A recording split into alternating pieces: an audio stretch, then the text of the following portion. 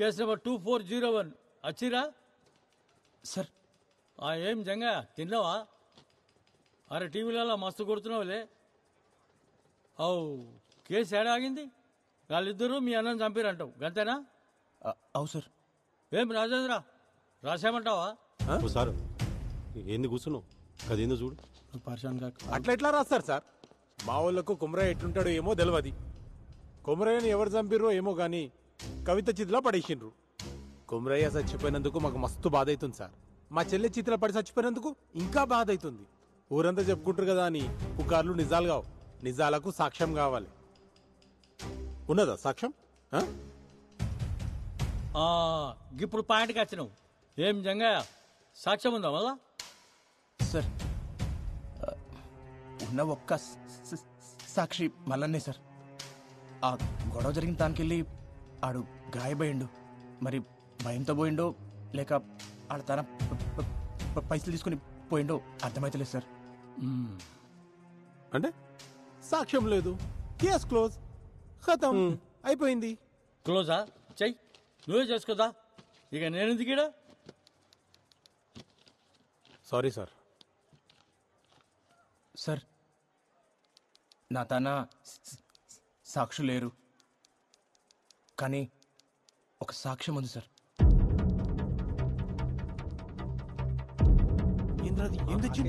నీకు తెలవాలి.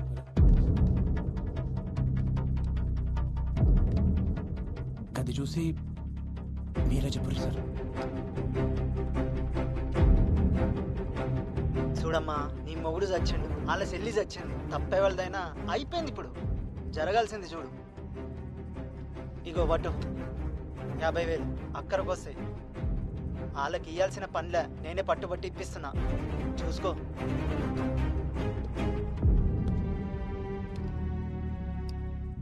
ఏం రాజేంద్ర, ఏంది? ఏం చెప్తావు? అరే ఎవరు తీసిండో ఏం సమజతలేదు. అరే జరవై నువ్వు మాట్లాడిపో. మాట్లాడిపో, ఏదో ఒకటి మాట్లాడిపో. జర కూర్చున్నావు పో. ఎవరన్నా మా వాళ్ళు పైసలు ఇచ్చిన మాట నిజమే. ఆ ఇంటి పెద్ద మంది చచ్చిపోయింది కదా, కొంచెం సాయం ఉన్నట్టుంటదని జాలిపడి ఇచ్చారు. దానికి మా వాళ్ళే చంపినంటే ఎట్లా? గది కూడా తప్పేనా? గట్లొచ్చినావా? గా పైసలు ఇచ్చిన సంగతి ముంగట చెప్పరు. ముంగటనే సెటిల్మెంట్ చేసుకుంటారు. ఆ తర్వాత మా తానికి వస్తారు. నువ్వేంద్రబాయ్ వాళ్ళు తన పైసలు తీసుకుంటావు, ఉల్టా మీదకి వెళ్ళి కేసు బీ పెడతావు. ఈ పంచాయతీకి ఇట్లా తేలదు కానీ ఈ కేసు ఇన్వెస్టిగేట్ చేయడానికి ఒక కమిటీ వేస్తా. ఈ నెల 21వ తేదీకి ఫైనల్ జడ్జిమెంట్ ఇచ్చేస్తా. హలో రాజేంద్ర, పరేషాన్ కాకు. కేసు క్లోజ్ చేద్దామా రోజు? పోయి. సరే సార్. ఎస్మిలాడ్ మరో మలుపు తిరిగిన కొమరయ్య కథ. కొమరయ్య కేసు ఏం జరిగిందో ఆధారాలతో ఒక వారంలోపు నివేదిక ఇవ్వాలని పోలీస్ శాఖను కోరిన న్యాయస్థానం.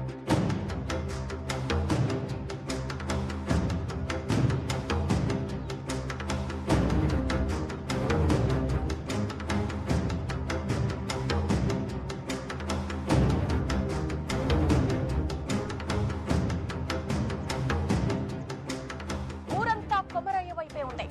కవిత వాళ్ళ అన్నను శిక్షించాలని అంటున్న ఊరి జనం.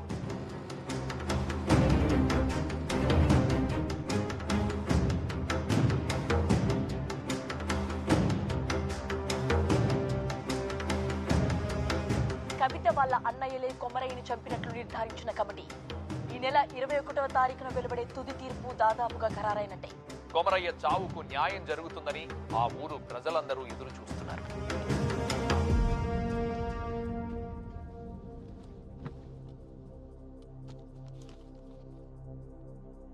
నలభై 5 రోజుల క్రితం అద్రాస్పల్లి గ్రామంలో జరిగిన హత్య విషయంలో కొమరయ్య అనే వ్యక్తిపై రమేష్ ఇంకా సురేష్ అనే 2 వ్యక్తులు సామూహిక దాడి చేసి హతమార్చారు అనే ఆరోపణ చేసిన జంగయ్య కేసులో కమిటీ ఇచ్చిన నివేదిక ప్రకారం తేల్చేది ఏంటంటే సార్ ఒక్క నిమిషం. మీరు తీర్పు చెప్పే ముందరా నాదొక్క మాట సార్. అరే మళ్ళేంది ఇప్పుడు? నేను ఈ కేసు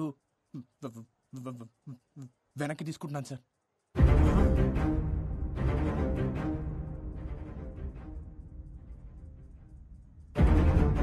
ఏంది? అవు సార్, నేను ఈ కేసు వెనక్కి తీసుకుంటున్నా. నా కాళ్ళ మీద కోపం లేదు సార్. ఇప్పుడు వాళ్ళకి శిక్ష పడినా మా అన్న అయితే తిరిగి రాడు కదా సార్. ఇంకో కుటుంబం రోడ్డున పడుతుంది గంతే.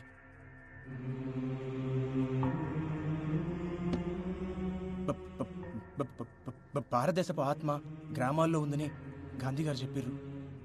కానీ మన గ్రామాల్లో ఉన్నది మూఢనమ్మకాలు, పిచ్చి పద్ధతులు ఉండాలి సార్. కానీ అవి ప్యానల్ పొయ్యినికి కానీ తిని కాదు కదా సార్. ఒక మనిషి కోపానికి 10 మంది బలం తోడినంత మాత్రాన ఎవరినైనా చంపేస్తారా?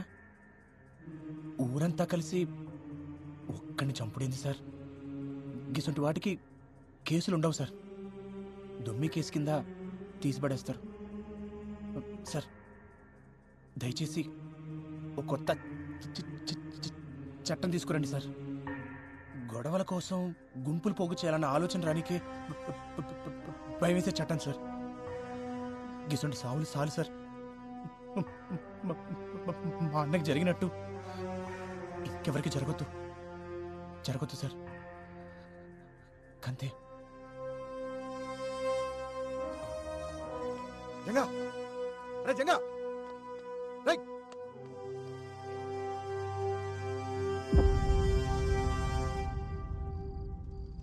ఎవరు ఊహించని రీతిలో అనూహ్యంగా వెనుదిరిగిన జంగయ్య. నిన్నటిదాకా అన్న కొమరయ్య కోసం పోరాడిందంతా డబ్బులు చేసుకోవడానికేనా? ఇదివరకే కవిత అన్నల దగ్గర 50,000 తీసుకున్నట్లు కోర్టులో అతనే ఒప్పుకున్నాడు. ఈసారి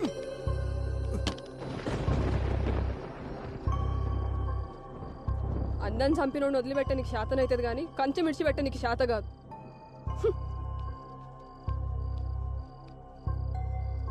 అయినా పానం పెట్టి పెంచినోడిని పట్టించుకోకుండా ఎట్లుంటారు? విశ్వాసం ఉండాలి దేనికైనా. బయటోళ్ళ కన్నా ఇంట్లోళ్ళని చూస్తుంటేనే మస్తు కోపం అవుతుంది. సప్పుడు చేస్తలేమరా? ఏమైంది అసలు? కేసు వెనక్కి తీసుకున్నావు? ఏయ్, చెవులు తెగినాయా? మేము ఎంత అడుగుతున్నా నీ తిన్ను ఓతో? ఇట్లా చేసేది ఉంటే కేసు ఎందుకు వేసినావు? అందరితో ఎందుకు ఇస్తున్నావు? మళ్ళా పైసలు తీసుకున్నావా? ఎంత ఇచ్చిర్రు? ఇంతవరకు సమాధానం చెప్పలేదురా? ఏం పాపం చేసిన రాడు? నీ అసలు తమ్ముడు పుట్టిండు.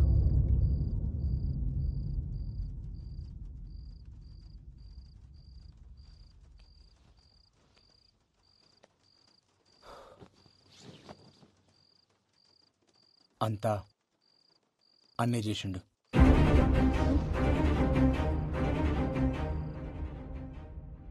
వదినా, అన్న చనిపోయే ముందు రోజు నీతో ఏమేమి చెప్పిండో, ఏమేమి మాట్లాడిండో జరంత యాడ్ చేసుకొని చెప్పు వదినా. వదినా, నీకు యాదుకున్నంత వరకు ప్రతి చిన్న విషయం చెప్పు. ప్రతిదీ.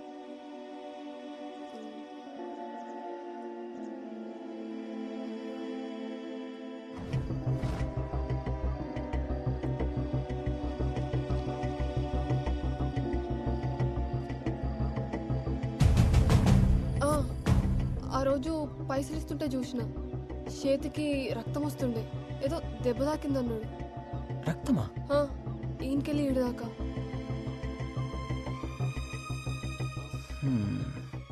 రక్తం వచ్చుడేంది?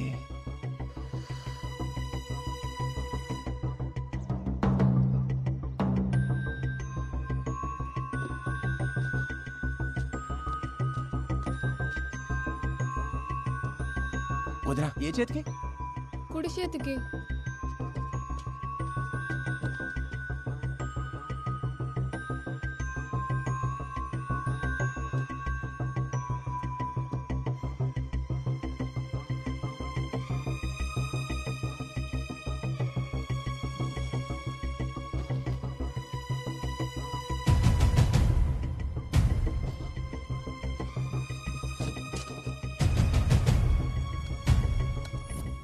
ఓకే మేడం, సాయంత్రికలు రెడీ అయిపోతాయి, నేను చూసుకుంటాను. రేయ్, ఏడకెళ్ళి తెచ్చినవరా దూడ రక్తం ఇది. సరే మళ్ళా కలుస్తా. సార్ సార్ వస్తున్నా సార్. దూడ రక్తమా?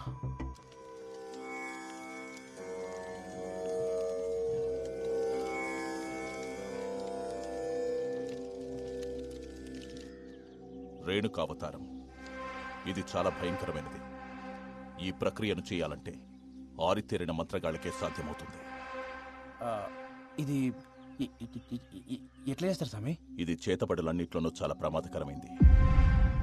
ఎవరి మీదైతే ప్రయోగించాలనుకుంటారో వాళ్ల తల వెంట్రుకలు, కట్టిన బట్ట, కాళ్ల కింద మట్టి, వీటన్నిటినీ ఒక పిండి బొమ్మకు అలంకరించి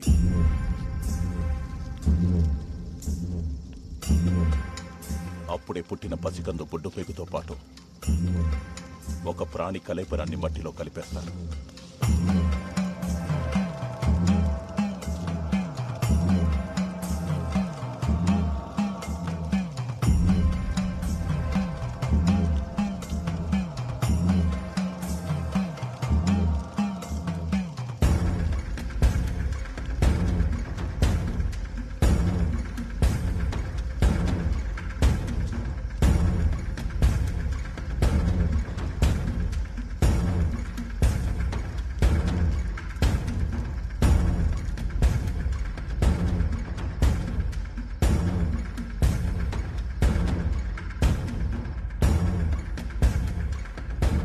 తను అనుకున్నది పూర్తయ్యాక ఒక లేగదూడని బలివ్వడంతో మొదటి దశ పూర్తవుతుంది.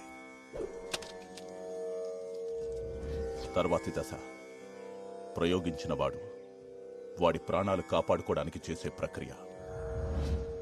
రేణుకావతారం చాలా ప్రమాదకరమైంది కాబట్టి తిప్పికొట్టే అవకాశాలే ఎక్కువ. ఇది ఎవరి మీదైతే ప్రయోగించబడుతుందో వారి చేతి దగ్గరే చేయాలి. తనవి కాని పాదరక్షలు మాత్రమే ధరించి దిగంబరుడిగా ఉండి నియమాలు ఆచరిస్తూ పూజను పూర్తి చేయాలి. అప్పుడు గాని ఆ రేణుకా శాంతించదు. అసలు ఇట్లా చేతబడి చేసే వాళ్ళకి నియమాలుంటాయా? చాలా నియమాలున్నాయి.